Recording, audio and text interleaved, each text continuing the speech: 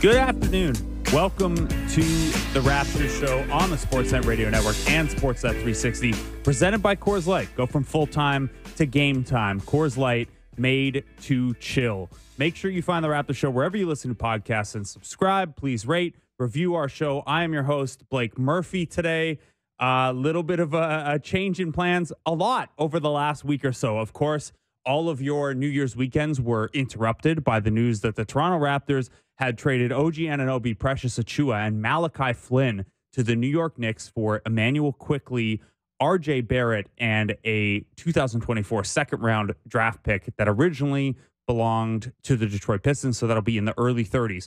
We had an emergency version of the show on Saturday. Will Lou joined me from Montreal for a little bit of that, and then we rolled right into, hey, New Year's Day, 10 a.m., get to OVO Athletic Center. Emmanuel Quickley introduced, RJ Barrett introduced. A lot of fun. And then that rolled into last night's game where the Toronto Raptors beat the Cleveland Cavaliers 124-121. It was the debut of Barrett and Quickley, who both started. So obviously we have a lot to get to today. Michael Grange is going to join us a little bit later to, get into some of the background on the reporting, maybe what comes next for this Toronto Raptors team. Fred Katz of The Athletic, whose podcast, the Katz and Shoot podcast, I joined a little earlier today. We'll get the Knicks perspective of this trade, see how OG Anunoby fits there, get to know Barrett and Quickley a little bit better. And for this first segment, and then again in the fourth segment, live from Montreal because his flight was canceled, it is the regular host of the show, my co-host, William Lou, who joins us now. Bonjour, Will. Comment ça va? Ça va bien, ça va bien. That's about as much French as I can say. That's all I've got too. I've had a lot of these interactions here the last couple of weeks, but yeah, appreciate you, Blake. Thank you for holding it down. No thank you to Porter Airlines for canceling a flight last second, which completely derailed my day. But we're here. We're here through the magic of Zoom, and we have. I mean, it was a pretty exciting game. Raptors winning 124-121 last night. Blake, I wanted to know from you just what was the atmosphere like down there, because that was it felt like watching the TV that there was like a real renewed sense of optimism. Yeah, it was the best buzz there's been at a home game in a little while here. And we've talked about on the show how in addition to the losing, the particulars of the losing, who they've lost to, the style that they've lost in, some of the fan base, I guess, frustrations or at least lack of clarity in terms of what the plan is here and what the direction is, that had started to bleed into games. Crowds arriving a little later, certainly crowds that are quieter than we're used to, attendance that had been a little below 100% for the first time in a long time. It was a lot of fun yesterday. It wasn't, it's still a holiday game, so you didn't have the hey, everyone's there at 6:30 in their seats. But by the time there was tip-off, there was a good crowd. RJ Barrett got a really nice ovation when he was introduced with the starters. And then, to close that game out, that game was very, very close, and the crowd was into it every little bit. I would say maybe I'm missing one, but I think you'd have to go back to the early blowout of Milwaukee and maybe even the opener against Minnesota that came down to the wire for the last time the Scotiabank Arena crowd was that strong. Will, I'm sorry that Porter did that to you. Craig Porter Jr. goes 0 for 2 in 6 minutes and cancels your flight with a minus 11 there. Did we have all three Porter Juniors in one game? Yes, but I guess okay. Jonte is not a junior. Oh, he's not a junior. Right. Okay. Yeah. And he didn't play, and Otto didn't play. We also missed out. The Raptors have a very rare thing in the NBA right now. They have three lefties on the team now with Thad, Jonte, and RJ Barrett. Look, obviously there's a lot to get into here. Will, I can cover off the energy aspect of it. And again, I think it was really strong. RJ certainly appreciated it. He was pretty, not emotional because RJ he's not really like an emotionally expressive guy after game, but it clearly meant a lot for him, especially to hit those couple free throws late. What did you make of this one? I know you obviously weren't there, but we cover a lot of games remotely anyway. What were your initial takes before we get into some of the specifics? Yeah, I thought the Raptors looked really good. They were in control pretty much the entire way. The Cavaliers make a bunch of difficult shots, and the Raptors miss like 6 or 7 wide open threes and a bunch of free throws as well in the fourth quarter, and that allowed them to briefly take the lead. But I thought for the most part, the Raptors had control for a large part of the game. It's great to see them score 41 points in the first quarter. You have a lot of curiosity, obviously, over RJ Barrett's debut, Emmanuel Quickley's debut. They both enter the starting five, how they're going to look. And I think my biggest takeaway after watching about for like a few minutes was just like, wow, the Raptors actually have multiple like offensive initiators. Like the offense doesn't just like stop and stagnate and have to reset all the time. It felt like we had four players in the starting group that could initiate offense. Obviously, Scotty's still running a fair bit of point for that group, which is nice. Immanuel Quickley is able to play off the ball, which was nice. Hit 2 threes in the first quarter. RJ Barrett, I think there's still some thought as to like what his role is going to be. I Mm-hmm. thought he was fairly aggressive yesterday, initiated a lot of offense. We'll see if that's the case going forward. I mean, he is definitely a player who is pretty involved offensively. He's always had a high usage rate.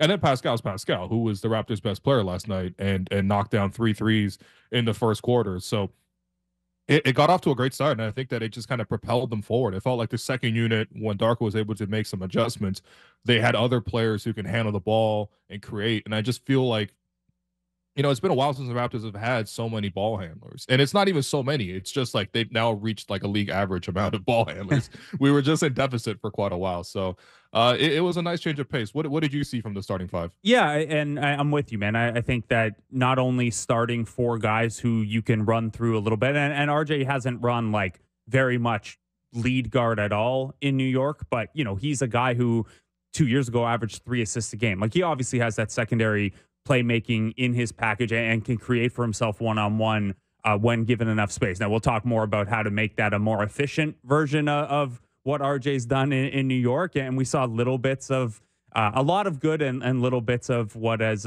rubbed Knicks fans wrong last night that we can get into. But in terms of the starting lineup, I thought it made sense. You mentioned how the bench looks.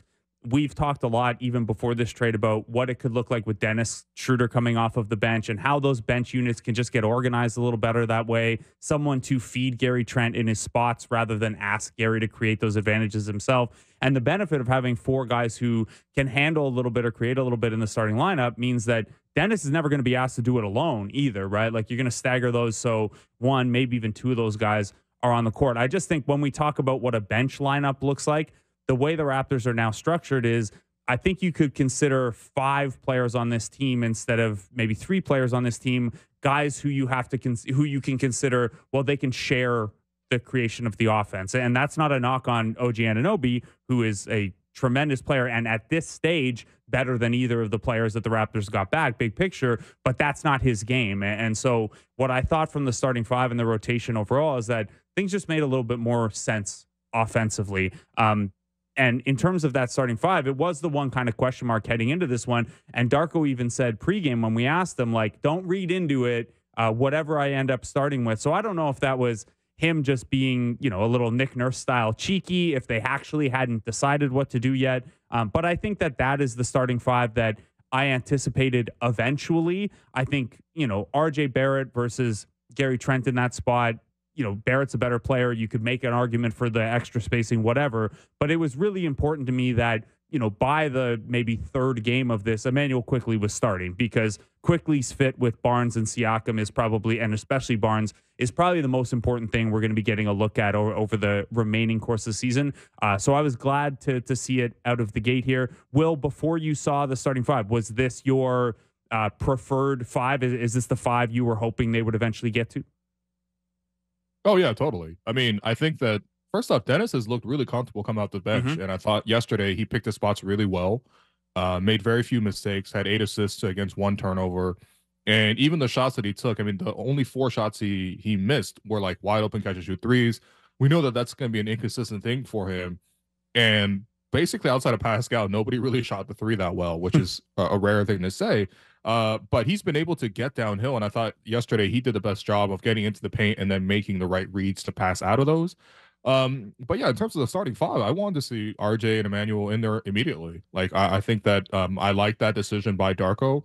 I think that, again, having 4 playmakers in the starting 5, along with Jakob, who can then mostly focus on screening and rolling and making a couple extra passes. By the way, I don't know why the Cavs double teamed Jakob Poeltl so many times in the post yesterday.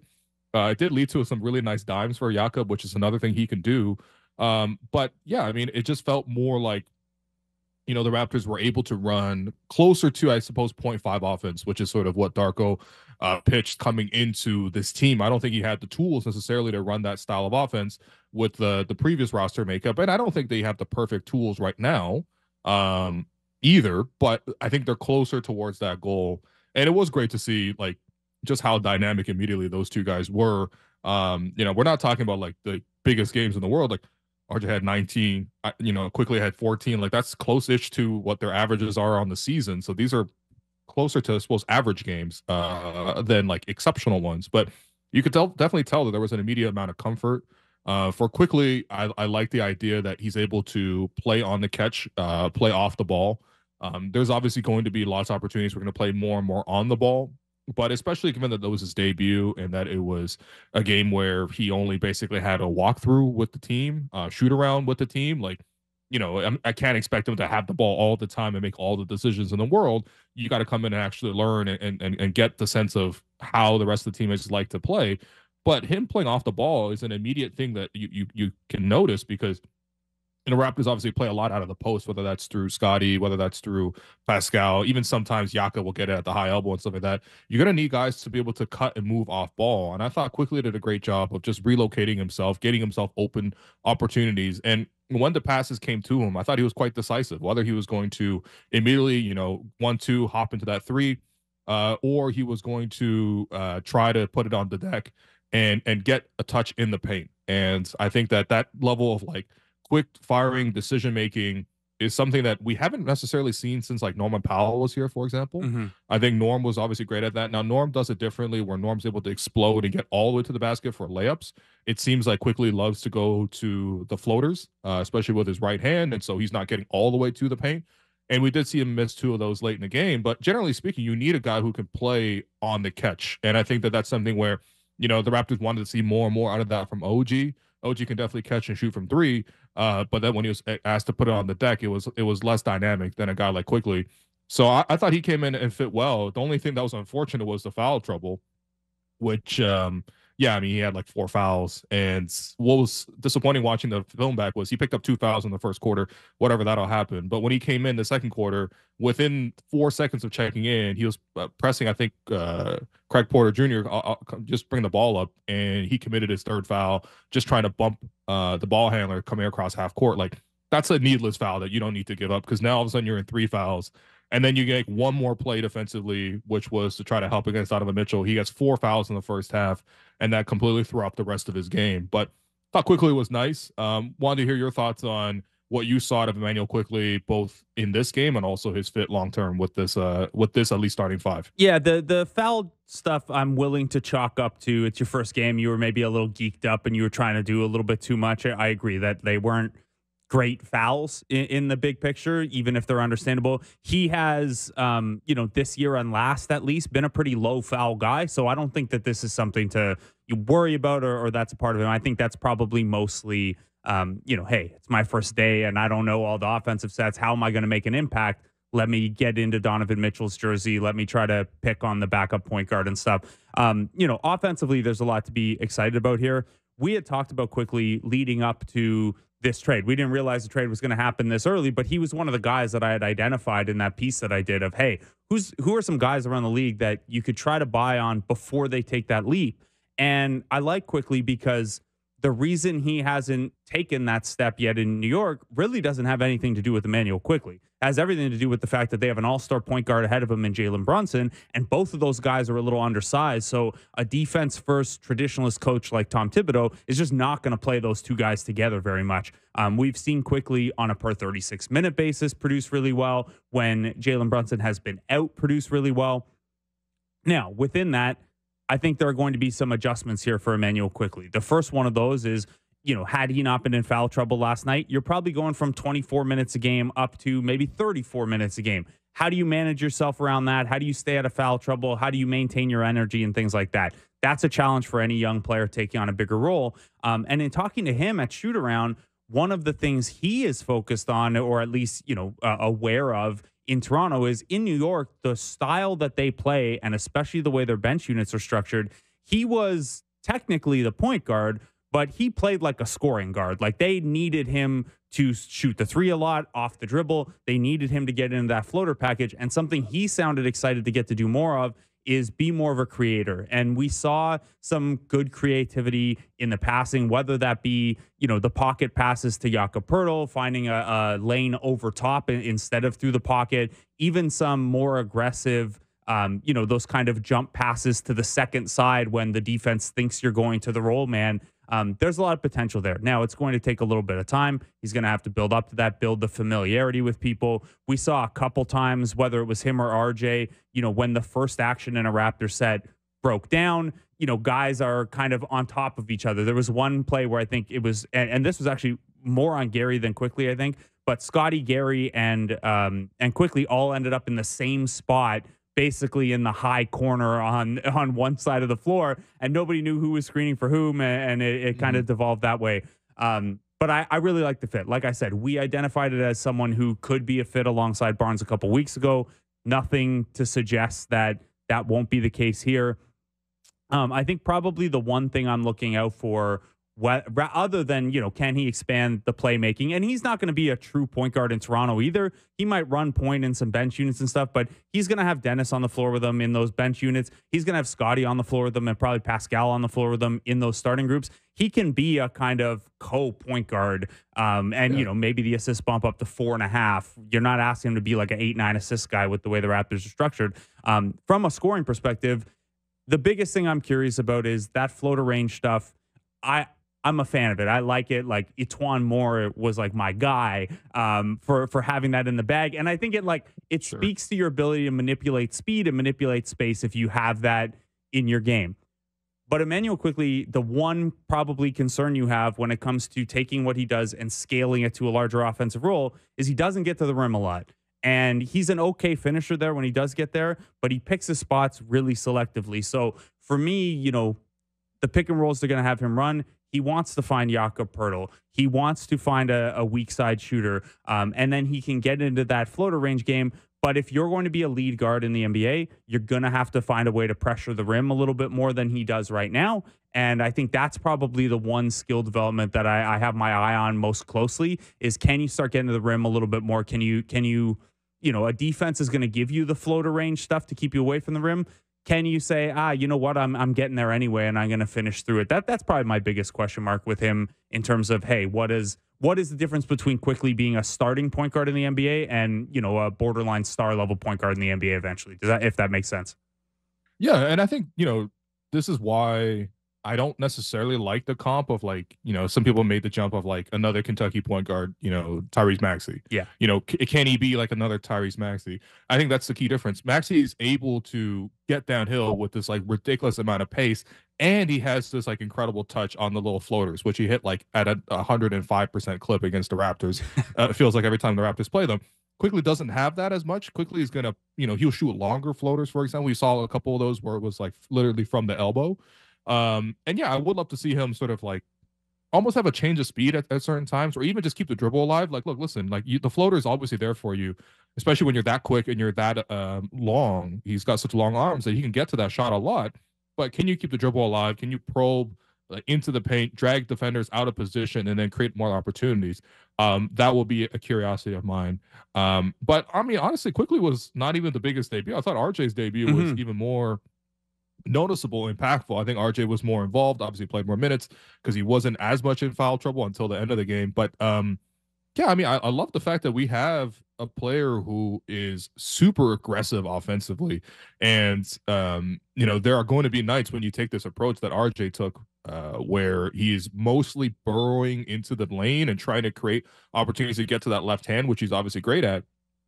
But what that leads to is a lot of foul shots, and he shot 8 last night, including 2 clutch ones at the end there. But I feels like he can get to his own shot a lot more than, for example, compared to OG. I don't want to always make a comparison to OG, but, it is a direct sort of positional comparison. I liked RJ's shot creation and his aggression last night. What did you see from RJ in his debut? Yeah, I like that element of it. Certainly in transition, he has a real nose for getting to the paint. And there were a couple times where he sized up, whether it was Dean Wade or George Yang, and was just like right away, this is where I'm going. I've got this mismatch, and neither of these guys are going to be able to, stop me without fouling me because I'm strong and because I'm, pretty good with a head of steam in transition. And then I thought a couple times the Raptors put him in bad positions where he got kind of those 4 or 5 seconds left on the clock grenade passes where, I think there were two where he was in the short corner. He gets the ball with like 4 or 5 seconds left, has to quickly create in the post. And I think on one of those, he got to the free throw line, and on another, he missed but got his own rebound. So even just having someone else on the floor who can, late in the clock, create something out of nothing when normally, obviously no offense wants to get down to 4 seconds on the clock and you make a pass and it's a ticking time bomb, but he can do a little bit out of those.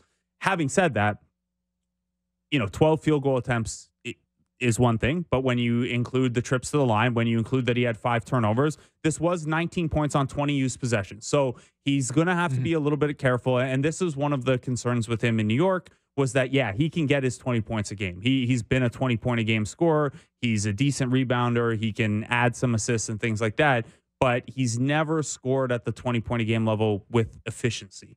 And that was true even in his seasons where he shot the 3 better, which he hasn't the last 2 years. Now, I think Jama Malalela is probably going to get to work with him on some stuff with the 3-point shot. You generally don't see a lot of retooling of a 3-point shot live in the season unless someone's really struggling. So, let's assume that's going to be kind of a low to mid 30s weapon for now. He can still be more efficient by, not forcing it as much in kind of earlier clock one-on-one scenarios. I think maybe that was a product of the system in New York where there's so much ISO ball that you kind of got to identify your one-on-one situations and go. But we saw in transition a couple times too, where there can be a little bit of tunnel vision. It's maybe not the best decision-making. There was a 4-on-2 situation late where he tried to make just too risky a pass and it ended as a turnover. 5 turnovers is 5 turnovers. I think some of that is going to be, hey, your comfort level, your familiarity and things like that. But there is room here for RJ to become, maybe it's not as high usage as he was in New York. Maybe it's not as high point per game, but there's definitely room for RJ to just kind of prune his shot mix and how he gets his offense and be a more efficient version of himself without changing all that much. Yeah, I think, RJ, watching him yesterday reminded me a little bit of like what it felt like to watch a younger version of DeMar DeRozan, where it's like you really appreciate that this guard has an ability to get to his own shot, has an ability to get downhill, is fearless around the basket, routinely finishes around bigger players, but then also struggles with the idea of like, because I'm so aggressive, because that's such a big part of my game, you often fall over the other side of being over aggressive and taking bad shots. Like even the 6 baskets that he made, they're all like fairly contested shots. Even the catch and shoot 3 was contested. He had back-to-back plays where he scored 1-on-2 in transition. That's by the definition a contested shot. His first basket as a Raptor was on a cut. He's under the basket and Jared Allen's right over the top of him. And he found a way to get around Jared Allen to score, which was really nice to see. But, I think that that aspect of his game, it's always going to be a tricky balance to sort of get into. I think what DeMar was able to do is add more pace to his game. Most importantly, add playmaking to his game. Because when you are that aggressive, you are almost always drawing help. And that's where other guys are going to be open. So I'm looking to see if that aspect catches up with him. As for the turnovers, like I think that's part of the he had basically 5 forms of driving in traffic type of turnovers, whether that was a charge, whether that was driving into a lane and getting the ball ripped out of his hands, whether that was seeing a crowd and jumping and passing and getting picked off by Donovan Mitchell, or lifting a pivot foot on a drive. Like it's all kind of the same idea. But I think that's actually okay with me to an extent that like I want to see him play more in this aggressive fashion, just being able to trim down some of the errors and some of the mistakes. I don't mind the fact that he can run more pick and rolls too. I think that was the first play that he was able to set up quickly for one, was off a pick and roll. It would be nice to see just more pick and roll actions in the Raptors offense in general. That was something that's been kind of absent for the last couple of years. But yeah, I mean, ultimately, a guy who can get his own shot, especially for a Raptors offense that isn't necessarily that good, to be honest, is a welcome thing. So it's about finding the right balance for him.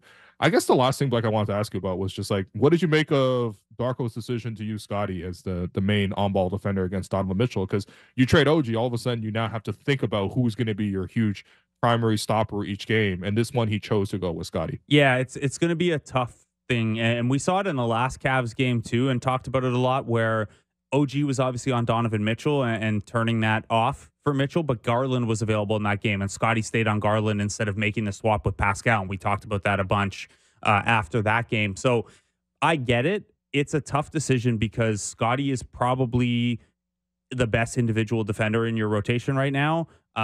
Maybe Quickley. Quickley is generally a pretty good defender, but some of the he's a very good off ball on like system defender. Point of attack, the reviews of him aren't quite as strong. So I think eventually Quickley's going to have to be that guy and has the potential to be that guy. But right now, Darko's looking at, well, Scotty Barnes is probably my best individual defender, and Scotty Barnes is my best like help side / create chaos, free safety out of the corner defender. So where is the most important place to deploy that? I personally would probably prefer Scotty in the lower half of the floor, being able to come across for those blocks, be a huge factor on the defensive glass, and he pushes so well off of those makes. I really like the defensive role that Scotty's been in this season. But I get it because you don't like the defense has slid even with Scotty being good in that role and OG being who OG is defensively. Last 4 or 5 weeks aside, maybe for OG's individual defense, even with that, the defense has been really bad. So I get wanting to try something a little different there. I think probably medium term, you'd like Scotty to be back in the role that he was in before, and either, RJ takes a step defensively or quickly shows you he can do it against lead point of attack guards, or even, Pascal, you just use on the perimeter a little bit more, where he's a little bit better perimeter than he is kind of lower third defender.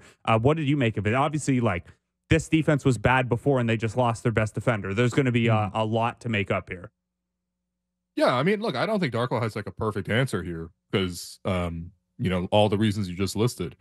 I just think that like the Raptors in general, for me, like their help defense is, you don't feel the impact of their help defense as much. You know what I mean? Like Raptors not a team that takes a bunch of charges, not a team that comes over and blocks your shot a ton. Maybe they get in the passing lanes, but that almost sometimes feels like bad passes or even gambles at times. But the Raptors aren't consistently solid in the way that like even the Cavs yesterday, I thought did a really good job of protecting the paint, helping each other, stepping in for charges, and trying to protect the rim. The Raptors just had more offensive weapons to overwhelm them, which is nice. Actually, that's a nice change because of this trade. And I think that, yeah, Scotty has been, one or two along with Jakob as your best help defender, if not better than him in terms of just like the steals and the blocks. So yeah, I would try someone else in that role more often, to be honest. Again, it depends obviously on the opposing team. If they have like a dominant guard, I'd probably go with more Quickley. And if they have like a more dominant wing, I try RJ a little bit more, just because I think that like, yeah, Scotty as a help defender is better than him as an on-ball defender. And so I'd rather use him in the best way to use him and to sacrifice someone else in that role. But yeah, I mean, look, you're gonna have actual issues when you lose OG. Like it was a great luxury to have of just being like, yep, all right, this guy's a top player, we're gonna throw him on there, So that's gonna be a work in progress. But yeah, I don't know. I mean, I think offensively you do see an upgrade at least. And even just having two guys for one guy, right? Like I know Precious and Malachi were in that trade as well, but they'd fallen out of the rotation. Like you turned OG into two starters, basically. That's obviously going to feel a little better offensively in the way the rotations work. Speaking of rotations, Will, we're going to let you go to bring in Michael Grange, and then we're going to come back to you around 3:30 here. So I don't know, go get a croissant or something like that, and we'll talk to you in about an hour, man. Salut, mon frère. All right. All right. That was William Liu, my co-host on the Raptors show. Alex Wong out today as well. We'll talk to Will again later in the show. Just a little tough to do multiple people on Zoom at once. So we're going to take a break. When we come back, we'll talk to Michael Grange, Sportsnet insider. We'll get a little behind the scenes of how this deal came to be. In talking to some people yesterday myself, seemed like really the skeleton of this deal or the framework of some OG to the Knicks deal has really been going on for like 2 years, like back to the start of last season, maybe even the off season before. So these things, this is the way it works a lot of the time. And you'll hear this again over the next 5 weeks before the February 8th trade deadline is that, teams have conversations and they have maybe rough ideas of what could work. And then something just has to nudge you over the line to get it done. In this case for the Knicks, Emmanuel Quickley is a really good trade asset, and if they wanted to shop that around at the deadline, he was probably one of the best prospect style guys that would be available. The Knicks needed center help right now in terms of even though Precious Achiuwa only played 9 minutes yesterday and been in and out of the Raptors rotation, they needed some help there as well. In addition to now they've got 50 games to get OG up to speed. We're going to take a break. We'll find out a little bit more about how this all came to be and how much this means to RJ Barrett. Michael Grange joins the Raptors show as we continue on the Sportsnet Radio Network. Welcome back to the Raptors show on the Sportsnet Radio Network. I'm your host for today, Blake Murphy. William Liu was with us last segment. He'll join us again a little later in the program. Lots to talk about, of course. The Toronto Raptors starting 2024 off 1-0 with a 124-121 victory last night against the Cleveland Cavaliers. It was the Raptors' debut of Immanuel Quickley. It was the Raptors' debut of RJ Barrett. Joining us now to help us break down the trade and those debuts is Michael Grange, insider at Sportsnet. Grange, how you doing, man? How you doing? Happy New Year, Blake. Happy New Year to you as well. So did see you twice yesterday. I had that pleasure as well. Nice early New Year's Day. Like publicly, it needs to be known. Yeah. Happy New Year. We had a nice New Year's Day 10 a.m. call time for OVO Athletic Center, which let's start off here. Alex Wong is not in today, but he did have a conspiracy theory and wanted me to run it by you. Masai Ujiri makes this trade on December 30th so that we all had to work New Year's Eve and New Year's Day. You buy it? I think, yeah, Alex laid that on me the other day. I would counter and say it's more likely he did it to kind of make that whole Detroit thing sort of disappear in the fog of war, so to speak. I don't think he was actively, to the extent there may have been a conspiracy, I don't think he was actively trying to ruin anyone's. I mean, I was going to work New Year's Day anyway, so on a personal level, I don't think it was an issue. But no, I think maybe, like if you were going to do that trade, getting it done the Friday before you're about to go to Detroit and play him on the second night of a back-to-back and third night in 4, and that one might hold water a little better, maybe. Yeah, I think so. And the make us all work one, it's funny, but then you realize he would have had to make all his employees work as well because people had to do physicals and things like that. Maybe it wouldn't have been all that popular. So before we talk about last night, let's quickly touch on the Detroit game because we obviously haven't had a show since then. I did the emergency show on Saturday, but we didn't really talk about the Pistons game because it hadn't happened yet. And then the Raptors lose. They help Detroit snap the longest losing streak in the history of North American team sports. And you're right. It has been kind of lost in the fog of war. They got dunked on a lot, figuratively and literally. They were kind of the butt of the joke. The Hornets also haven't won since they last beat the Raptors, by the way. So there is all of that. But you do turn the page pretty quickly. For that, I don't know, 24 hours or so there, where does that rank for you? Like losing that game to the Pistons, this Raptors franchise has had some low moments. I was trapped in a Tampa Bay hotel for Christmas and New Year's a couple years ago. There have been bad moments even in recent history for this franchise. But in terms of tough game, rock bottom kind of moments, where does that one rank for you? To me, maybe just because I was there and they actually had the courtside seat for you in Detroit, which is really nice. And not really all that low. I think the schedule was a factor. You obviously had to factor in the trade that happened. And you're looking at Detroit, and if you kind of were paying attention, like they've been trending positively. And now they went and, they went right back the other way against Houston the other night. But I kind of looked at that game and just having that vantage point, seeing how hard I thought Toronto played, but in particular how hard Detroit played. And look, when Kevin Knox is banging threes and, you got Trey Burke coming off the bench for 16 points in 12 minutes or whatever it was, like it's going to be a tough night. And I thought really it was, I'm not copying out. It was a case of, I think Detroit got a win they deserved. And in terms of low points for the Raptors, I mean, I don't know. I'm a bigger picture guy. I just sort of see more. They got bigger issues than that one loss. So I can see why, from a fan's point of view, it might have been, a little bit added exasperation. But to me, it's just, it's just one more in the same. Yeah, not remotely close to the most the Raptors fans have been made fun of on Twitter or anything like that. Like you know, you lived through back-to-back sweeps to LeBron and the spinning of the ball and the drinking of the wine. There's a lot.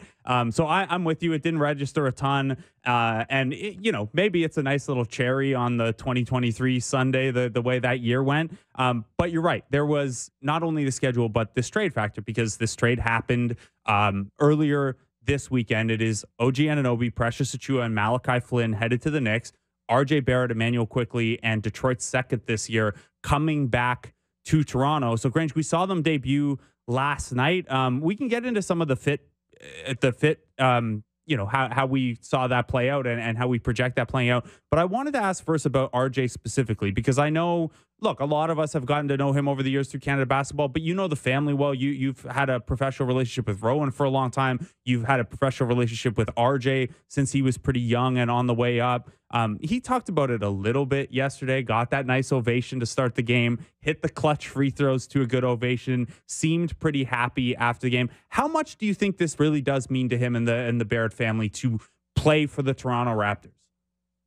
I think I think they look at it as a great opportunity. You know, I know for a fact they appreciated and really enjoyed the chance to play in New York, and you know, there's no hard feelings there. I mean, you know, it was a good relationship, and you know, by and large, to the extent RJ had challenges there, it's, you know, you're a number 3 pick, and people always want more.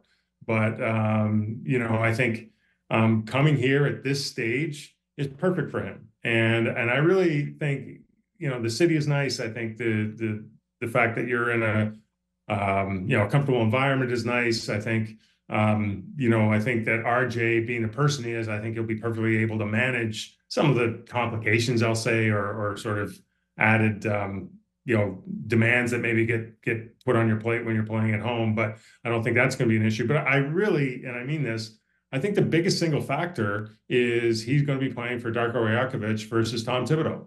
And, you know, I don't think, you know, I think RJ understands that playing for Thibodeau was a great opportunity for him in his career. I think it really introduced him to what the NBA is about and what real expectations are, and, you know, what kind of performance is expected, and very little excuses are allowed. And not that RJ was ever looking for those, but I think that's to kind of go into that environment in that city. And people forget the first couple of years in New York were complete chaos as well. So he's been through a lot in a relatively short amount of time as a pro. So I think he arrives as still young. We all know, just 23, but he's ready to kind of absorb maybe a different environment. And I think, you know, Darko is probably one of the most opposite coaches in the league to Tibbs, just in his willingness to embrace people in their whole, you know, the wholesome, the fullness of a person, I guess. And that's probably the right time for RJ now. And I think it's really interesting. I mean, you look at the swing skill for him, for sure, is going to be his shooting. And I've kind of known this intuitively, Blake, and you, I'm sure, do as well. But, you know, RJ's just had this incredible trait of, you know, for a month or 6 weeks, he'll shoot it great. And then for maybe 6 weeks or 2 months, he won't. and I actually suggest, if you go to his career splits, you know, year by year, and you know, toss out his rookie year, but his last 3 years plus these months of this season, you know, I think it adds up to about 22 months. And in those 22 months, he's had like 9 or 10 months where for the month he shot 38% or better. And he's had several months shooting over 40% or better from 3. And then there's the other months. And so I think if he can kind of arrive here, I think, you know, to your point, I think it's a really, really big opportunity for him to both thrive as a player, and then if he can do it here, I think he has a chance to really become the fabric, or become part of the fabric of the organization. And of course, if he's already part of basketball in the country, but it could be a really neat situation that we haven't seen a Canadian player kind of have the opportunity to embrace yet. Yeah, certainly the potential for him to be the best Canadian Raptor while on the Raptors. You know, like the Raptors have had Canadian players, and Chris Boucher's had a really nice career here, but primarily as a, you know, a bench piece in and out of the rotation this year. Even Corey Joseph came here while he was still kind of at the peak of his career, but as a backup point guard. So there's, you know, room for RJ to grow here. And now, look, RJ's in year 5. He's still only 23. I think big picture, we have an idea of what RJ's game looks like. And like you said, the 3-point shooting can improve. Maybe some of the, efficiency can improve inside the arc as well, just with decision making. Maybe he can take a small step as a defender to be a little bit more solid there. But we have a good idea who RJ is. On the Immanuel Quickley side, I have a good idea of who I think he can be. I really like Immanuel Quickley as a prospect. Was excited to see that be a big part of the return. But he's the piece in this deal that is going to see the biggest role change. OG is going to play the same role in New York he played here. RJ is going to play a fairly similar role where you're trying to just get the best version of him. Immanuel Quickley is going to go from a 23-minute-a-game backup point guard to not running the show, because Scotty Barnes and Pascal Siakam are still going to have the ball a lot, but kind of co-running the show, certainly playing an extra 8, 9, maybe even 10 minutes a game. Where do you see Quickley's fit, and where do you see that next level for him needing to come if he is going to step into, I think he's already a starting caliber point guard, but can he be higher than that? Can he return on this kind of bet the Raptors are making here that he can reach another level? I mean, I think he can. And I think for this trade to really be, I don't want to say a win, but to kind of get the Raptors where they want to go, he's got to be sort of kicking at the door of All-Star, and I think contextually, Fred VanVleet was a point guard here. Before that, Kyle Lowry was a point guard here. And, just sticking with Fred as an example, well, they know, as Scotty Barnes has evolved, to have a point guard who can spread the floor from 3, can play on and off the ball, like that's a perfect fit alongside Scotty Barnes. And so you had one, for whatever reason, he didn't stay. And so, it was imperative for them to replace him with something like that, with a similar type skill set. And I think, I think Immanuel Quickley has a chance to be, he does have a chance to be, that kind of player, but I think he needs to be that kind of player. And, and then I think this trade will be looked at as a success because you're giving up an all-NBA recognized talent in Anunoby. So I think this trade will be long-term looked at as a success if Immanuel Quickley is under contract, and if the potential that I think they're projecting for him and Scotty Barnes as a pair is realized over not only over this year or next year, but over a long period of time. That's the bet the Raptors are making. That's the move that they hope this will materialize into. And I think I think to have a guy, the Maxey comparison gets thrown out there, and it's, I don't know, maybe it's their hair or something. There is a kind of similarity to the way they play. He doesn't have exactly the rocket fuel that Maxey has, but what they do have is the ability to play the game with pace, with the ball, and in a controlled manner, get into pull-up deep threes. And that is a skill I think we're going to see more and more in the NBA as it becomes emphasized with younger players as they train. But, it's devastating. And, you can see it on film. You saw a few hints of it last night. And then that combination with him being able to use the threat of that to get into, high consistency floater game that he has. It's, that's an impossible combination to guard. And I think for him to really put himself over the top, he's got to prove that he can do it for a lot of minutes under a lot of stress against a lot of good players as a starter. And I think he's got to add that little kind of flavor of playmaking where he can kind of leverage all those threats to create some advantage for some other guys. But make no mistake, I mean, this trade is about having Maxey here. It's about getting him under contract, and it's about creating an environment that he can become. You don't want to say he has to be an all-star, but he's got to be that kind of player, somebody that is knocking on that door, that gets kind of talked about as a potential type all-star player. If he's just kind of an ordinary guard and, well, then, it probably wasn't a great use of OG Anunoby as a trade asset.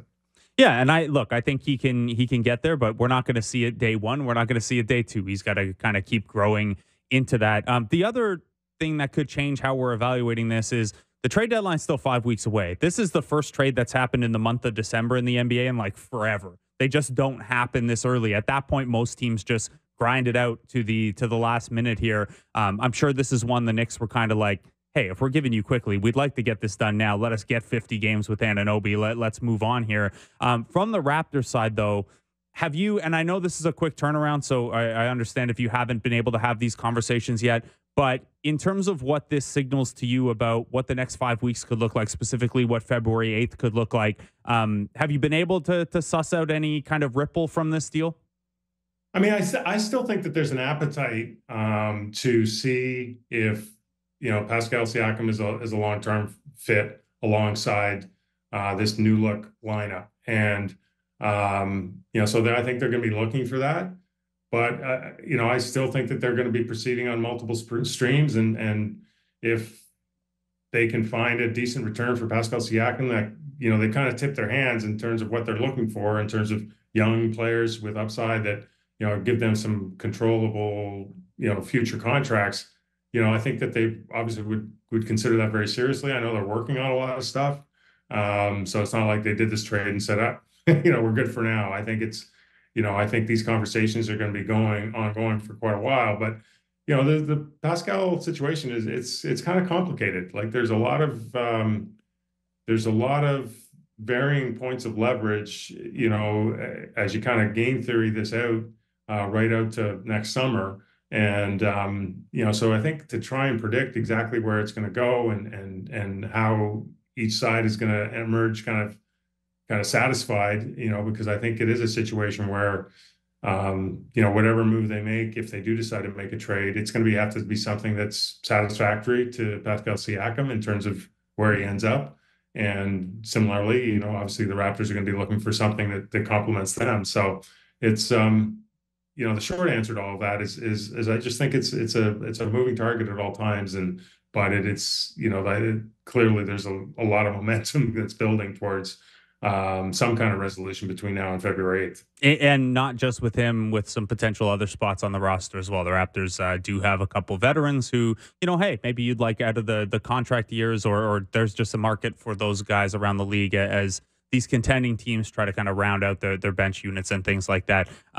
Michael Grange, you are headed out on this 6-game West Coast trip? Yes, I'm not going to Memphis, but Okay. I'll be there in Sacramento and the rest. Yeah. Only have you for a minute or so left here. What are you looking for from this trip? And, do you care so much about the record? Because it's 6 very, very tough games. Memphis is playing better now. All these teams are really good. Is this more of what you're seeing on the court from this group rather than, hey, they went 4-2 or 3-3 against the Lakers and Warriors and company? Well, I think they really want to avoid going 0-6. Yeah. And when we look at the schedule, I'm not even joking. I mean, and when you look at the schedule when they come back, I think they got a Miami, they got a Boston. They don't play a bad team until February 7th, the day before the trade deadline. And so, so I think that they want to, I think they want to just keep breathing. You know what I mean? And I just don't think it does anyone any good if they end up really kind of just scraping along here the next month and the season gets away from them completely. So yeah, they got to find a way to be competitive. Hopefully you can steal a couple of wins here. And if I'm looking for a single thing, it would be really good to see, Emmanuel Quickley acclimatize in good order and kind of flash the potential that everyone thinks he has. It would be nice to see, get that Quickley and Barnes chemistry building a little bit here. Michael Grange, have a great time on the road trip outside of Wednesday's game. I appreciate you taking the time out today. Thanks, Blake. Michael Grange, Sportsnet insider. You can keep up with the non-Memphis parts of this road trip through Grange. By the way, if you are looking ahead to this road trip, which starts tomorrow, the Raptors play Memphis, Sacramento, Golden State, the Lakers and Clippers on a back-to-back, and then the Jazz. The Grizzlies obviously don't look great in the standings. They have played much better basketball since getting John Morant back. This is a Jazz team that, even though they're not in necessarily win now mode, they're only 2 games out of a play-in spot in a very competitive West. So that is a tough 6-game slate. We'll see how the Raptors do with that one. Jonte Porter on the trip with the Raptors, by the way, if you're looking for some two-way action. We're going to take a break. When we come back, we'll talk to Fred Katz of The Athletic to get the Knicks side of this, see how OG Anunoby's debut went there. Fred Katz, Katz and Shoot, joins us next as the Raptors Show continues on the Sportsnet Radio Network. Welcome back to the Raptors Show. I guess I don't have playback music today. I'm Blake Murphy. Will Liu joining us earlier and again a little later in the show. We're having a problem that Will Liu could never have. We have no Katz right now. We're still waiting on Fred Katz of The Athletic of the Katz and Shoot podcast. Will Lou flush with 3 cats. We're, of course, breaking down the Raptors' debuts of RJ Barrett and Emmanuel Quickley yesterday. OG Anunoby also debuted for the Knicks yesterday in a nice bit of scheduling. That game took place at 3 p.m., so I was able to watch that. It ended basically right as Darko Rajakovic started his pregame media availability. And OG looked good. I mean, you guys all know OG at this point, over 7 years as a Raptor. What he brings to the table was very evident for the Knicks right away. Anthony Edwards, when guarded by OG Anunoby, had a tough time getting into his spots, had to pick up his dribble early, had a clutch turnover that was forced by, well, not clutch, but like with 5-6 minutes left in the game. OG forced him into picking up the ball and making a ill-advised swing pass that ended up in a turnover. Edwards had a very, very good game, but a lot of that came when Anunoby was off the floor. OG did foul out with a couple minutes left. The last 2 of those were, I don't know, we'll call them Toronto calls since he's a New York guy now, and surely he's going to get more all defense and defensive player of the year buzz and things like that now. He was really good. He was good defensively. He had 17 points on 7 of 12 shooting, 3 of 6 from threes. We know what he can do from the corners. Good basket as a cutter, some plays in transition, even ran a little bit of pick and roll with Isaiah Hartenstein, which, you're not going to see Anunoby do a ton of, but it was fun nonetheless. He finished that game, which the Knicks won by 6, a plus 19 in his 35 minutes. So pretty good debut there for OG Anunoby. If you were looking to the Raptors side of this, a little bit of news or non-news really headed into this road trip. So I mentioned before, it's the start of a 6-game road trip. The Raptors leave today. It starts in Memphis tomorrow. Grady Dick is not going to be with the Raptors for this trip. This was the other news item to come out of yesterday. So if you missed it, I'll fill you in. Basically, the Raptors over the last couple weeks have told Grady Dick, don't worry about the games. We are going to kind of, get you into a conditioning program that makes you a little more physically capable on the court. Now, what specifically that is, the team isn't going to share with us necessarily. But basically, the idea is, hey, don't worry about, are you going to play 5-6 minutes tonight? Are you going down to the 9:05 tonight? Let's take a couple weeks to get you into a better place when we do put you back into games. Part of that now is that Grady Dick is with the 9:05. So he's not on the road with the Raptors. He'll practice for a couple days here with the 9:05. The 9:05 play Thursday and Saturday in College Park, where he'll go up against Kobe Buffkin, who is back from injury now and playing really well in the G League. I know a lot of Raptors fans were interested in him, so that'll be a fun matchup. The 9:05 then play at home twice next week. So Grady Dick could conceivably get 4 games with 9:05 in before the Raptors are back off the road. So that's a good little runway there for him to maybe get his feet back under him. The earlier 9:05 stints have not gone super well, but they actually have point guard play and things like that now. So the situation should be a little bit more plug and play for him. So it'll be really interesting to see how those go. The other note from the other note for this road trip is that a two-way player, I'm having a tough time. Sorry, guys. Two-way player Jontay Porter, whose name I know very well because I'm working on a big feature on him, is on the road with the team. So this is the first time this year we've seen one of the two-ways go on the road. Marquise Noel and Javon Freeman-Liberty are staying back with the 9:05. But Jontay Porter, who could potentially see some mix for center minutes here, is going to be on the road with the Raptors. He's been very, very good for the 9:05. He had been good in Detroit's G League program earlier in the season before the Raptors signed him. He's someone who can offer a little bit of shooting, a ton of passing from the center position, and pretty solid defense as well, at least so far with the 9:05. So when you see Thad Young come into a game last night, when you see them play some of these centerless lineups, I wouldn't mind getting a look at Jontay Porter, at least in small minutes.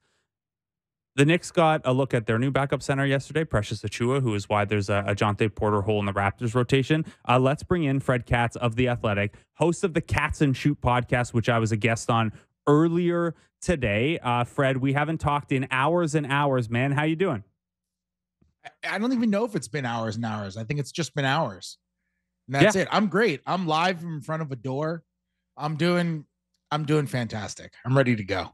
Excellent. That's good. So yesterday was a fun day. Obviously, a bit of a chaotic weekend. OG Anunoby makes his debut for the New York Knicks in a really good win against the Minnesota Timberwolves. Your initial impressions of OG Anunoby and how he fit in there for New York? Raptors fans will understand what I mean when I say this. He looked like OG Anunoby.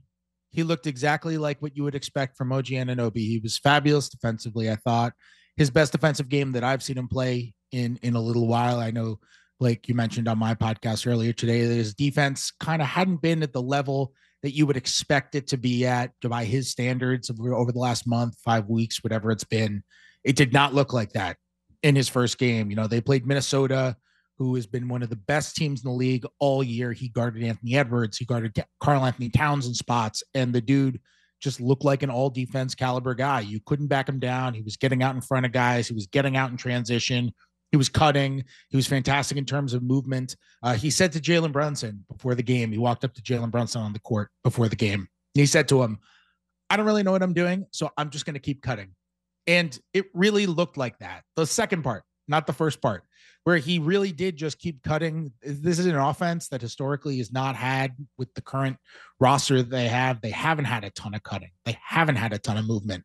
It really looked different on both sides of the ball. And, you know, he goes for 17 points and 6 boards and plays fabulous defense along the way.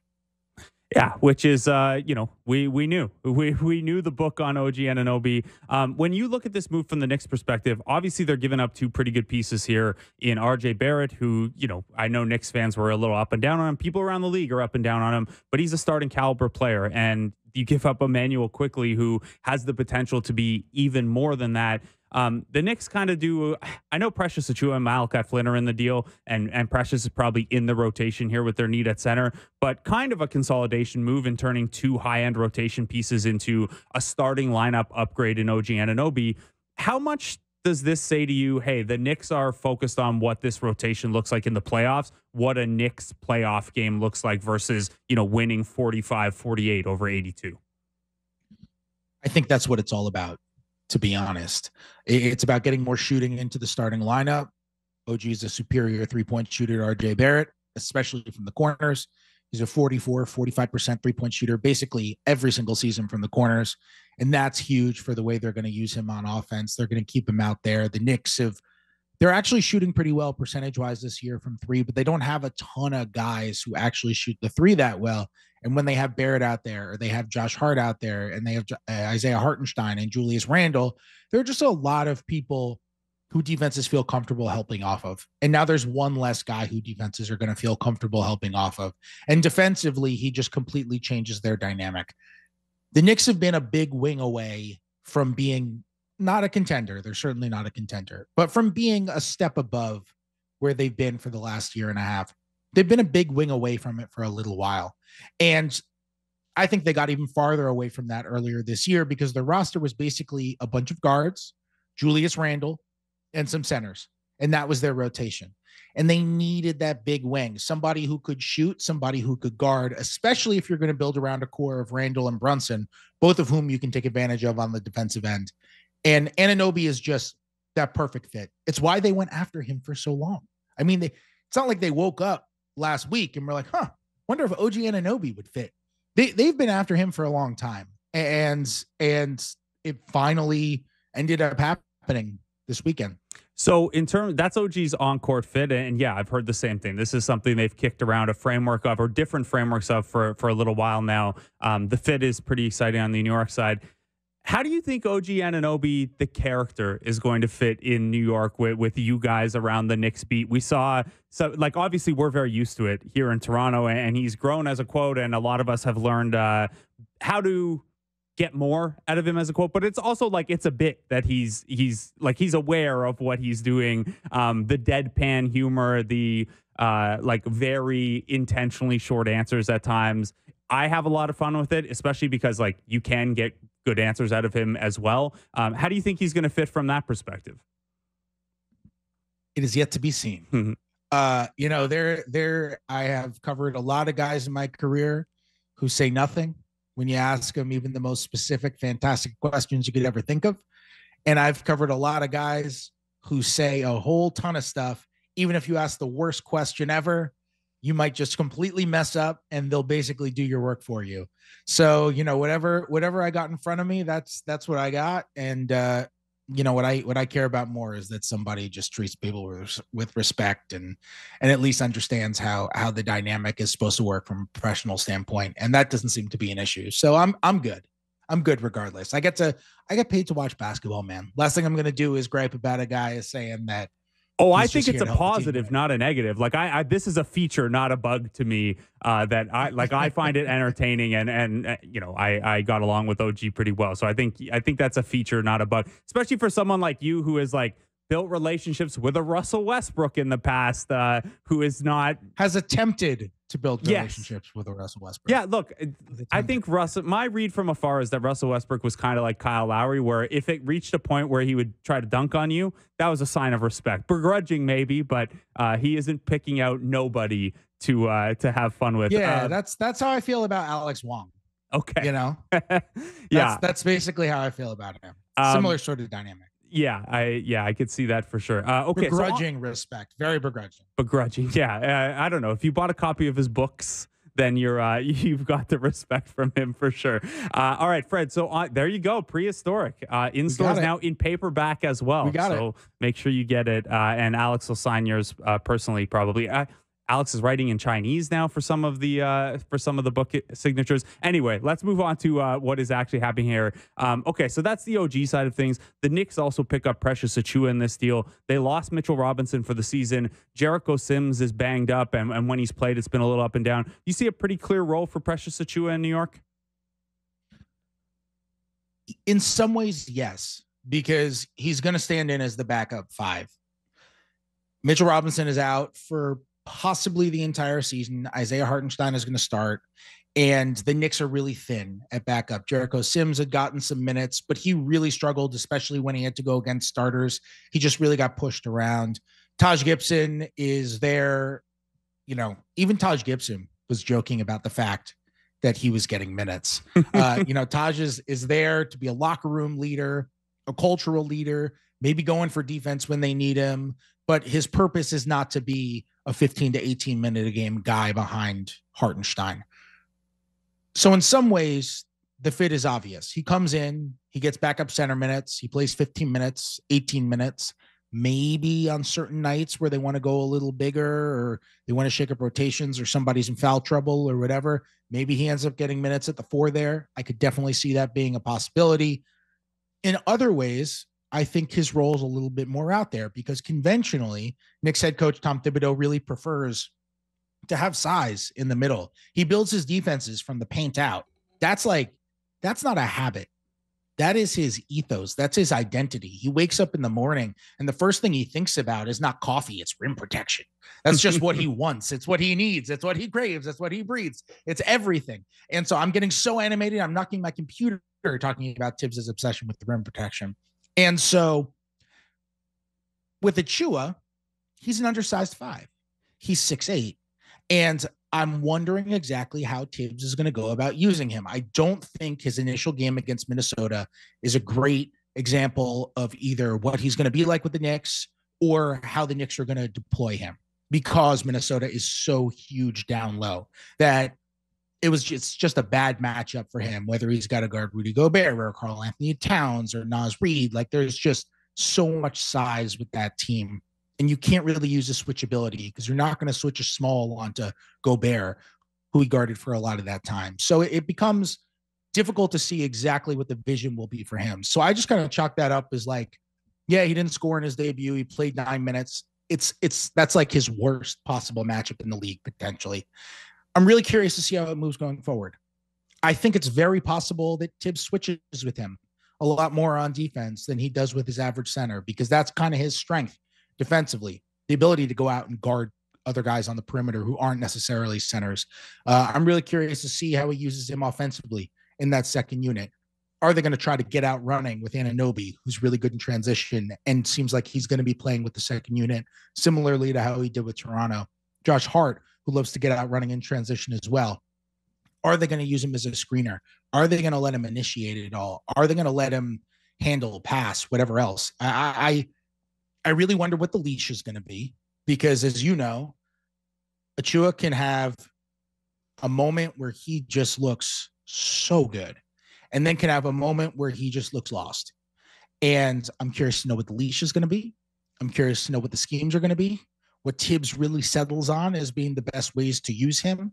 And for now, I am not 100% sure, but I am Very curious to watch him find out. Yeah, it'll be a lot of fun to track and certainly some runway here to carve out a role or earn some trust from Thibodeau.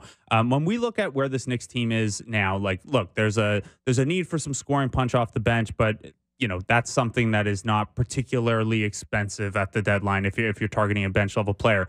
Bigger picture, whether this is deadline or this offseason or just how the Knicks have operated, wanting to keep the possibility of a big star open.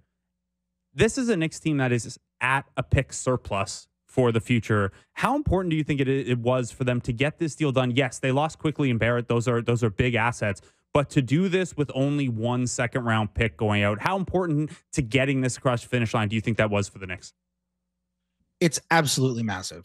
And I'll say, it's not like the Knicks were thrilled to lose RJ Barrett. It's not like they were thrilled to lose Emmanuel Quickley. The thing with Quickley was that he's an upcoming restricted free agent. They weren't able to come to agreement with him on a contract extension before this season. And the reality was, no matter how good they thought he was in a role where he was playing 24 minutes a game. And it's really difficult to justify $25, $27 million a year to a 24-minute a game player, no matter what the talent level that you believe to be. And I personally think there is massive room for growth with him. I think we could easily see a huge breakout with him in Toronto. And as a matter of fact, not could easily see, that probably undersells it. I think a huge breakout for him with Toronto is probably the most likely scenario of what we end up seeing happening, considering how good he was basically every time he took the floor with the Knicks. But they weren't going to pay him. And they didn't want to pay him an exorbitant amount to come back, because if he was going to back up Jalen Brunson, it just made roster building really difficult. And what the Knicks is they are a team looking for a star to add to the mix, to add to Jalen Brunson, probably to Julius Randle, and now to OG Anunoby and Mitchell Robinson and the rest of the guys in that roster, Josh Hart, Dante DiVincenzo. And the fact that they retained all of their own first-round picks is so huge, because now when somebody pops up, they're going to be able to offer up to 4 unprotected firsts if they want to, up to 3 unprotected swaps if they want to. And they own 4 other first-round picks from other teams. They're heavily protected. None of them are going to end up being the number 1 or the number 4 overall pick. They're too protected for that. But most, if not all of them, are going to convey, and they're all worth something. It's a Dallas pick that's late first this year in all likelihood. It's a Milwaukee pick that's late first in 2025 in all likelihood. It's a Detroit pick that's heavily protected, and Detroit's not good, but it's also protected until the sun is expected to expand and engulf Earth and then and then explode. That's how long that pick is protected out until eventually there's a better chance than not that pick is going to convey and end up being the 11th pick or the 15th pick or whatever. There's a decent chance that these are coming over and these picks have value. They could still make a real offer, and they have Quentin Grimes to offer up in a trade. And if you throw Quentin Grimes, salary filler, up to 4 unprotected firsts, some swaps, some protecteds, that's a massive offer. That's a real offer. I don't care what kind of player we're talking about. That's a real offer for that player. And so if they can bring somebody in, I think that's obviously what has been their goal all along. And it's part of the reason why they wanted Anunoby, because he's one of the best players in the league who's just plug and play. Like when you talk about the best players in the league, Stephen Curry, for example, is obviously one of the greatest players of all time, and not at the level of OG Anunoby. But you get Stephen Curry, he's going to change your ecosystem for good reason. You're going to change your offense to fit Stephen Curry. And Anunoby's one of the best players in the league who you can acquire, who will help you on both sides of the ball, and who you don't have to change your ecosystem to accommodate on either side of the ball. And that is so important when you're looking for another star, but having gotten that star, because whether that guy is another wing, whether that guy is another guard, whether that guy is a big, he's going to fit with Anunoby because he's just plug and play stylistically with everybody. He has all these accommodatable traits. And that's part of why they wanted him so badly, because no matter who they go and get, they don't have to think, oh, well, we got OG Anunoby, so it doesn't work. So that's obviously, look, the Knicks side of this is pretty clear, right? They keep a lot of that draft capital together. OG, like you said, plug and play. We're all very fond of him here in Toronto. It's going to be a good fit, and it keeps the Knicks agile to make subsequent moves. They did give up Emmanuel Quickley and RJ Barrett. And like you said, they weren't exactly eager to give those guys up, but you got to trade something to get something. We've done a lot of talk on the emergency show and so far today about, Immanuel Quickley's game and the upside there, RJ's game and maybe where he needs to, massage around the margins to become the best version of RJ. From a cultural and locker room and personality standpoint, even for the fan base side, what is Toronto and what are the Raptors getting in Quickley and RJ Barrett, the people? Two hard workers, two high character teammates, two well-liked guys. Quickley was really like the fan favorite with the Knicks because he can be really fun to watch. He plays with such energy, and especially with the role that he was playing, he would come in and just infuse energy into the game. Now that he's starting in Toronto, it's a little bit of a different dynamic, but he's really become a really good two-way player. He was not a good defender his rookie year when he first came into the league. He was smaller, he was skinnier, he wasn't as strong, he got pushed around. He gambled too much on defense, way too much, went after passes, left, driving lanes vulnerable because of it. He was not the defender. He became really obsessed with Drew Holiday. He became really obsessed with Drew Holiday. Good guy to be obsessed with. Great guy to be obsessed with. He's his favorite defender in the league to watch. Quick's favorite player overall to watch is Stephen Curry, but his favorite defender to watch is Drew Holiday. And his favorite, I'm going to put words in his mouth, and I'm going to say I feel like his favorite guy to really study is Drew Holiday, because I've talked to him about Drew Holiday a number of times, and he notices all of these little ticks in Holiday's game defensively that he's added into his. And he's become this very dedicated, very smart team defender who uses his combination of, pun intended, I guess, incredible quickness and, pun intended again, really good IQ. And he is able to put together this fantastic mix where he's become such a good helper. He's become such a good rotator. He's become such a good signal caller. Mitchell Robinson, the Knicks center, has joked to me before about how he has to tell Immanuel Quickley to stop talking so much on defense because he's the center and it's his job. And he's making him look bad. Man, the Raptors need that, though. Like that level of communication. We saw it on offense a little bit last night. Like he called a couple cuts out for Gary Trent Jr. in, situations the Raptors don't normally cut, but it was available there. And you kind of felt it right away. The Raptors have needed that defensive communication so badly this year. Yeah, totally. I mean, look, what team couldn't? Like, you got to talk as much as you possibly can when you play. I think it was Kevin Garnett, right? Who, when Kevin Garnett would work out, when he would do cardio on the treadmill, he looked like a crazy person because he would have his headphones in and he would sing as he ran, right? And when people asked him, why do you sing at the top of your lungs while you run? You're disturbing everybody. His answer was, well, I'm training for basketball, not for a marathon. And in basketball, in my job, I have to constantly be talking. So why would I not be mimicking that when I'm running? It's honestly, that has stuck with me for so long. I think it's genius. I think it's absolutely brilliant way to think about training for the game. Quickley is always talking. His mind is a tremendous trait for him. It's an incredible asset. And defensively, you don't really see his stuff on the ball in the way that you do a Marcus Smart type. He has put on weight. He is stronger. He does have good hands. He is handsy. He's not bad on the ball. He can be good on the ball if you put him in the right assets, and he's good getting around screens and all that kind of stuff. And he plays his behind off regardless of what position he's in. But sometimes he's just going to get muscled. That's just kind of who he is. But his best traits are as a team defender. The Knicks so rarely used him on the other team's best perimeter player. They like to keep him in the corner, almost as a director, as a second set of eyes, as if he was like he was like the quarterback of their defense in a lot of ways. And he's really good also at recognizing other teams' plays. I mean, there have been times where he's just at the top of the key and there are like 8 players behind him, of his teammates and the other team. And he notices from an action, he sees at the top of the key, he's like, oh, okay, this is the play they're running. And he'll start calling out the play. Normally something that a guy in the back line will do because he's got the sight line to see everybody and notice it. But he's noticing it just from the top of the key, just from a way a guy is slanting or something, because he's that studied. It's really important for a team defense. You look at the numbers, they all reflect it. Whenever he is in the game consistently, every single year now, the Knicks are just way better defensively. And it's just not a coincidence. And they're better offensively too.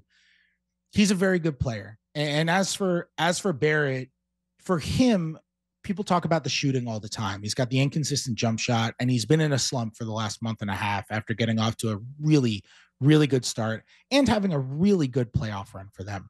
And the thing with Barrett is just, to me, it's never been about the jump shot. It's about the decision-making, because once that decision-making gets better, the efficiency will get better too. He'll hit the lane. He'll notice those three guys around him, and he'll kick out to the corner three-point shooter every time, as opposed to only doing it sometimes and then throwing up a bad shot out of a triple team every once in a while.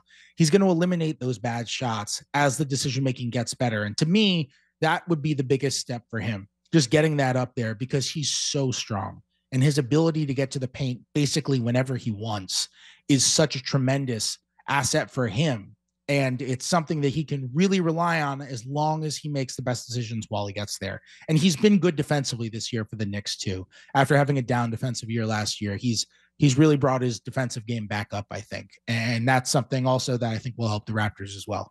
Yeah, it has to, because they're losing the best individual defender in this trade, and they weren't a particularly good defense to begin with this year. So that's going to have to be kind of everyone chipping in by being a little better.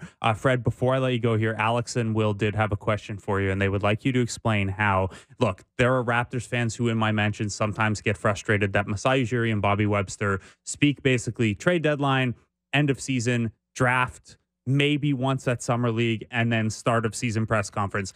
Leon Rose, the president of the New York Knicks, has not spoken to media since, I think, early 2021. How is this still going on? If I knew, I'd get an interview. If I knew the answer to that question. How's it going on? It's not normal. It's going on because there is no technical rule in the league that says that it can't go on. And the Knicks would like it to continue. You know, I put, all I can do is put in requests for interviews and see them denied. And that's about it. I would love to talk to Leon Rose. I would love to ask him about a million questions that I've been wondering about this team over the last 3 years. Not just Leon Rose, anyone in their front office. No one in their front office has done an interview in about 3 years now. And no one has done a solo interview in their front office. No one has done like a solo press conference of just that person up there holding a press conference ever since the front office took over in April of 2020, almost 4 years ago. So they've never really had a real press conference since taking over with independent media. Obviously, I think that's important because it gives you an opportunity to talk to the fans. And like, I'm a huge Yankee fan. Sorry, Blue Jays fans who are listening. I'm from New York. It's just what I am. You have to deal with it. Whatever. Juan Soto's going to leave for Toronto next offseason. Whatever. Well, I'll tell you what, he's not on a flight to Toronto right now. Yeah, he certainly I can guarantee that to you right now. But, if Brian Cashman never spoke, it would upset me just because I'm a huge Yankee fan. I'd want to hear about the plans, and I'd want to hear about what was going on with the team. And to me, it's the media's job to remember that we're just a conduit.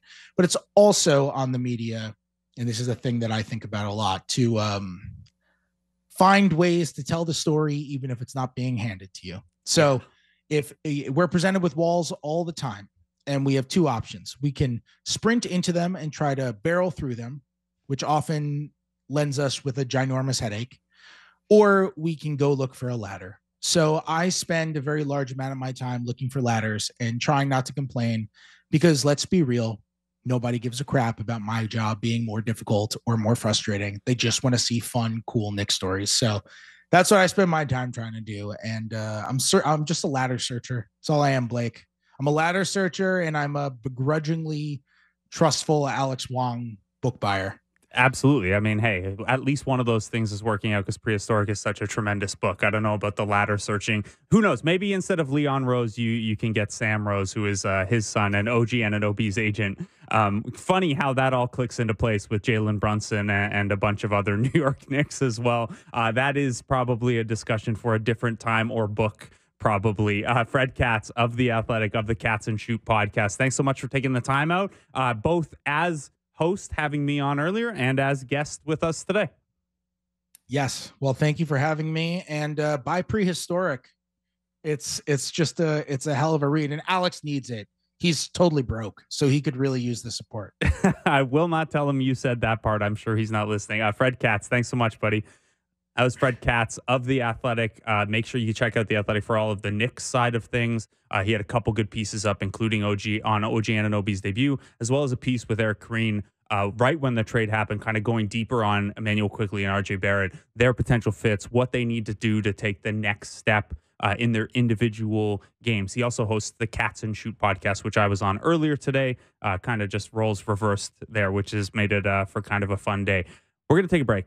When we come back, we'll tag William Lou back in from Montreal to round this thing out. Some final thoughts on the debuts of those players, a look ahead at this 6-game road trip, and maybe learn a little bit about Emmanuel Quickley and Will Lou's content plans for him. All that's next as the Raptors show continues on the Sportsnet Radio Network.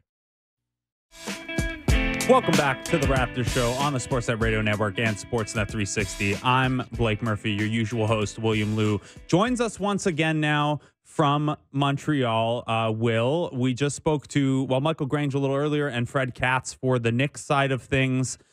Seems like we're getting a pretty good pair of guys to cover in terms of their how much they like to talk to media. Emmanuel Quickley, particularly on the X's and O's side. When you hear, and I don't know how much of that Fred Katz interview you caught, but one of the ways Emmanuel Quickley has been able to improve defensively, and I mean, Fred was also talking about what a great communicator he is, which obviously has been missing on this team a little bit. But when you hear that a point guard has helped himself get better by studying Drew Holiday like obsessively, what does that tell you? Oh, yeah. I mean, that tells me his head's in the right place. Because as far as point guard defenders will go, Drew is the one that you will go to. Now, I think the difficult thing is Drew Holiday is like ridiculously strong as a guard. And so I think in that sense, I don't know if Quickley can replicate exactly the way Drew Holiday defends, but I mean, at the same time, like, yeah, fundamentals wise, that is definitely somebody that, you would want to see. And I think that's probably one of the more underrated aspects of the deal is sort of getting back a pretty strong defender as well. There's been a lot of focus on what the Raptors need offensively from him. And that's where most of the excitement has been. But yeah, we're getting a two-way player here. So yeah, no, it's great. It's great.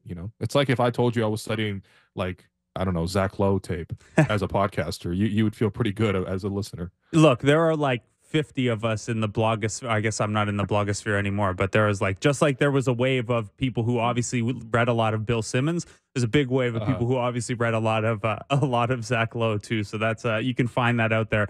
The other thing we learned about Emmanuel Quickley via the Raptors excellent get to know you social teams is that his favorite food is Chinese food. That's a little bit of a vague answer. And for anyone, I'm going to reveal something about Will here. He refers to himself in the planning doc in the third person. No. This to be clear, this Alex put this one in. Right, please. Okay. Yeah. Anyway, so are we gonna try to target Emmanuel Quickley as the new Yuta Watanabe? Like this is who you're gonna try to break bread with for content? Absolutely. I have lots of Chinese restaurants in mind in the GTA. It's one of the best things about living here. I mean, he is also coming from New York, so the competition is quite high. Yep. But yeah, let's make that happen. But yeah, salute to Emmanuel, man. Clearly a very bright guy. Yeah, he seems like he's going to be a lot of fun. Okay, so we talked about the debuts and some of the fit here. Look, we could go deep on Quickley and RJ some more, what they need to do developmentally to take the next step. We can see if we can fit that in, but we can maybe do that tomorrow as well. I think one of the questions I've received most on Twitter after this trade, obviously there's the excitement of the trade. I write a bajillion words about here's what the cap situation looks like. Here's what the cap situation looks like if Pascal goes, if Pascal stays, etc. A lot of people quickly move to, okay, what's next? We've had a couple days for this to settle in now. Do you have a lean on which way you think the rest of these next 5 weeks are going to go? Like, does this deal push you in either direction in terms of what you think might happen or even what you'd prefer to happen from here? I think honestly what I prefer to see happen is for Pascal to sign an extension with the Raptors and we play out the rest of the season and look at what this group looks like. I think that's probably what's going to happen regardless in the next month or so is that Masai gives this at least interim group a chance to sort of breathe. It reminds me a little bit of when the Raptors made the first trade back in the day for Rudy Gay, traded away Rudy Gay, and they're ready to move out Kyle Lowry in the next move. But obviously the Knicks, whatever Knicks that, and also the Raptors kind of saw that the group really found some momentum and kept going. That group was also 6 games under 500 at that time of the trade. So, the Raptors are coming out of a similar hole, I suppose. But I mean, look, ultimately the front office probably won't move in that fashion. I think that if they have decided to make these kind of trades, these things don't just happen in a very short time frame. They don't move in a reactionary way. I think they move much more decisively. But my personal preference would be to see how this group looks, because I rather enjoyed watching the Raptors offense last night, and I don't think I've said that very often the last couple of years. I've seen great defensive performances from the Raptors, great creativity on that front, but offensively, I really like the way it looked. And so, that's my own personal preference. But I think my suspicion is still that they will continue to solicit trade offers and make a decision that benefits the team long term. Okay, yeah, and I think so. And part of why you'd look at these next 5 weeks is, look, I know some people might not like oh, well, we're waiting to see, because Pascal Siakam's been here as long as he is, and you know who he is and what the market for him is. However, you might also want to learn more about these other guys, and maybe this is the most important piece.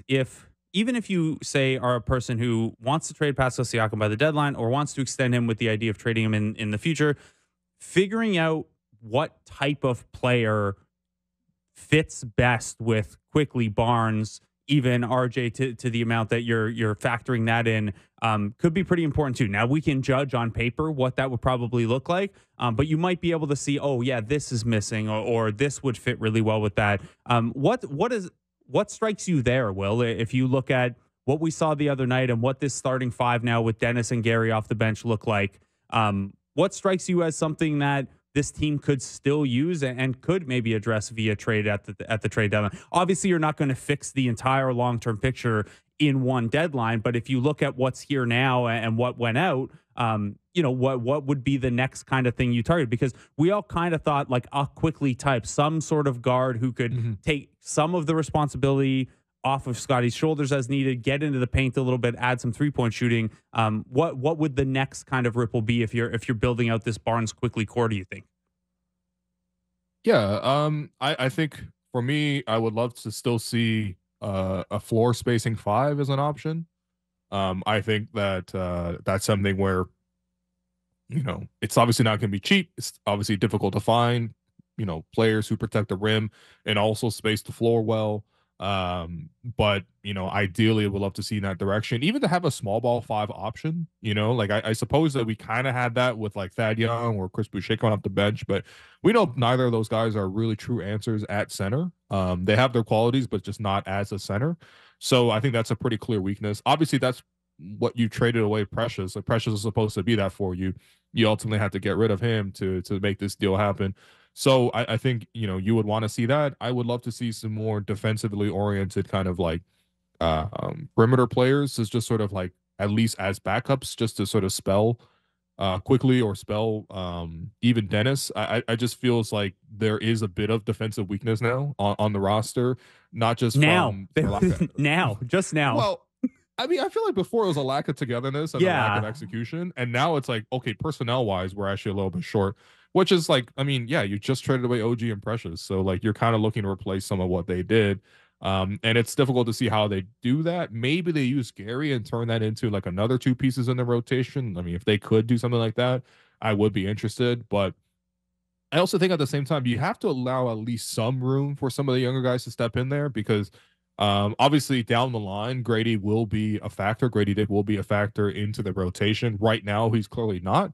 But in this next season going forward, hopefully he will be. And then even a Christian Coloco, which is like, look, if you want at least a rim protecting 5, which I think the second unit could really use right now, ideally a guy like Christian could really fit that. But we have actually no idea in terms of when he's going to be able to come back, if he's able to come back anytime soon.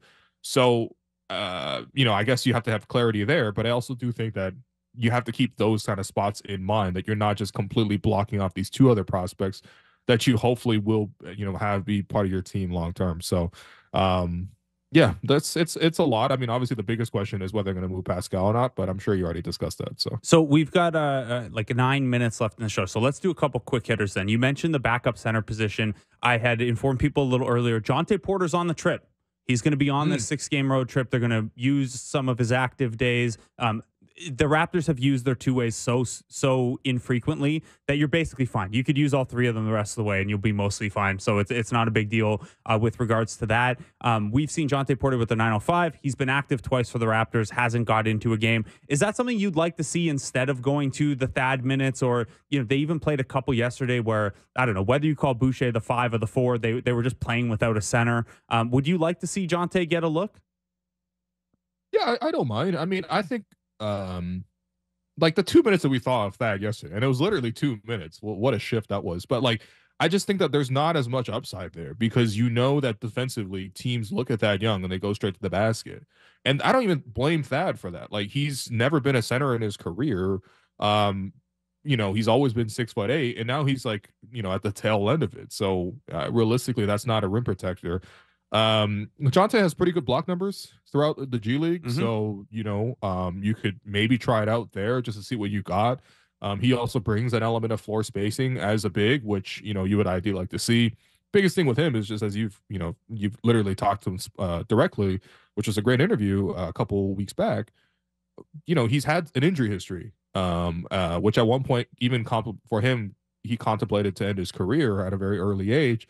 Luckily, he stuck it out, and now he's back in this position where he's on the cusp of making, you know, the league again full time. So you might as well see what you got. And yeah, I think you give at least a little bit of that opportunity. You know, I think the other thing too is just like, I would love to see like more deals made to get more and more prospects. So I thought like one of the nice things is you turn OG into 2 playable starters, good starters. Now all of a sudden I want to see just even more of that for the second unit. You know what I mean? Like, it felt like, I mean, the last couple of years, Nick Nurse was playing like a 6-7 man rotation sometimes. Even yesterday, that was 8 man, and Boucher only played 11 minutes. Yeah, exactly. So what do you have to lose to see what you got in a guy that's already in house? So one of the guys we thought would maybe be a part of that, and he is not on this trip, he's switched spots with Jonte Porter, is Grady Dick.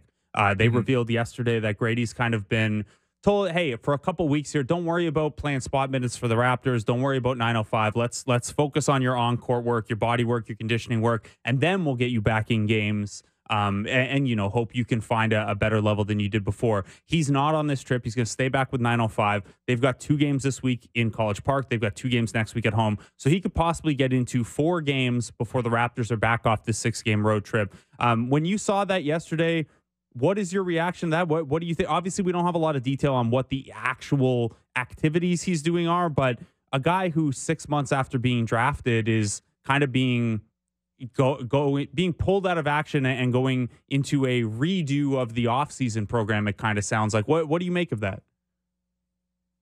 I think it's just an acknowledgement of where he is. I don't think we should have too many expectations of what he can contribute this season. And then we can also separate that idea from what he might do long term. But, you know, I did go back after this decision was made. I went back to listen to Bobby Webster's words after the draft, the night of, when he selected Grady 13th overall. And Bobby was asked about, you know, do you expect Grady to come in and contribute at certain times? And his quotes were, we hope that he can come in off the bench, make some shots, and not make too many mistakes, and that the coaches trust him. We do have expectations that he can probably come in. Now, of course, that's not like a hard commitment by any means. It wasn't like he's going to start from us day one. But I did think that the front office felt like there was a level of preparedness in terms of ready to go for a guy like Grady. What we have seen in Summer League, what we saw in preseason, what we saw over the short stints that he came into this year, whether that was in with the Raptors or with the Raptors 905, there's clearly more things for him to sort of work on. I mean, you know, you and I are true sickos in that we go to the game 3 hours beforehand and watch all the warmups.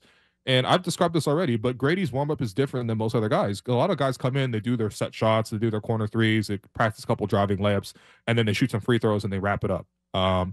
For Grady, he comes out super early and he's always out there with like 2 or 3 assistants, and they're working on things that are fairly rudimentary, like dribbling, making passes, like practicing making the same jump pass, practicing closeout drills, you know, in addition to the usual shooting.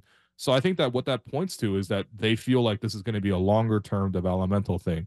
And honestly, for Grady, at least right now, there isn't like an immediate pressure for him to play. Now that you have more depth in the backcourt all of a sudden, there isn't as much of a pressure for him to immediately contribute. So hopefully he's able to reset. I think one thing for me, just being around the arena is you see his parents around a lot. Like his parents have been with him, for a decent amount of time in his rookie season. And, to me, that just hammers in the idea that he's really, really young. Like, so yeah, I just don't think that, their initial assessment, at least what Bobby said about him probably coming in after draft night, I don't think that's being fulfilled, but that doesn't necessarily mean that long term, it can happen. But yeah, for him too, is just obviously struggle. I think there's a struggle with the NBA range too, which especially him coming in as a 3-point shooter. Yeah, I mean, if he can't shoot the three, then he's not going to have a career, basically. So he's going to need to adapt to that. Anyway, whatever time he needs to develop, that's fine. I don't think that there's any immediate need to play him. And the more that he gets 905 action, the better.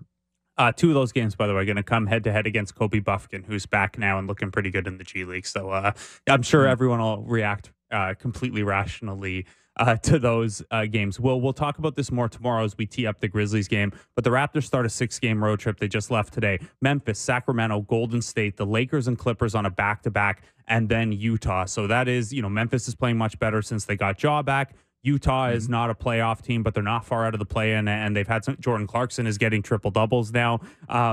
What is a reasonable expectation, do you think, for this 6-game trip? Or do you even really care, and you're more looking at the, how does it look, how does it feel kind of thing?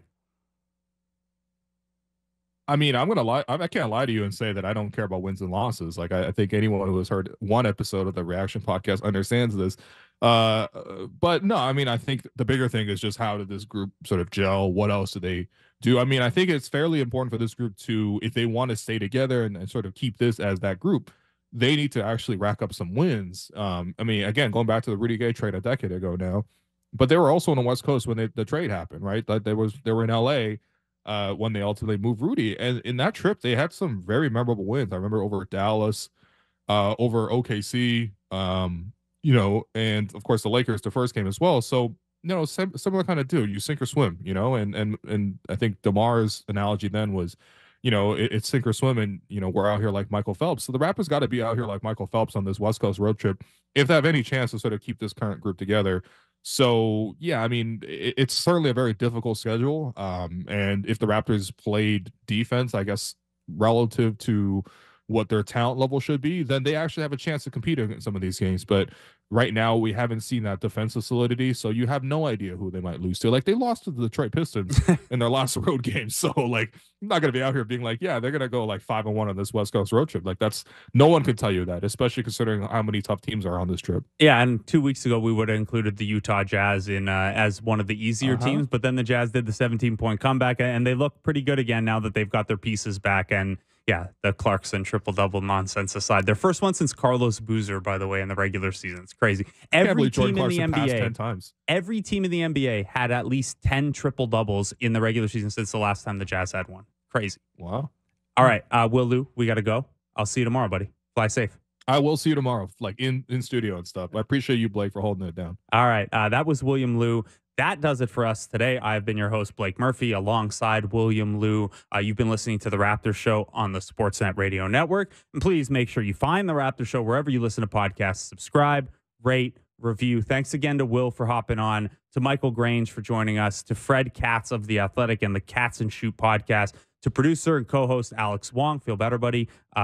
My name is in the rundown as well, so thanks to me. Thanks to Andrew Adams filling in for Derek Brandeo, to Jennifer Rolnick, David Sis, and J.R. Manited for helping us behind the scenes. We will be back to talk to you guys tomorrow, break down more of these new fits, talk to Mark Stein, talk to Steve Jones, and more. Have a great Tuesday, and Happy New Year.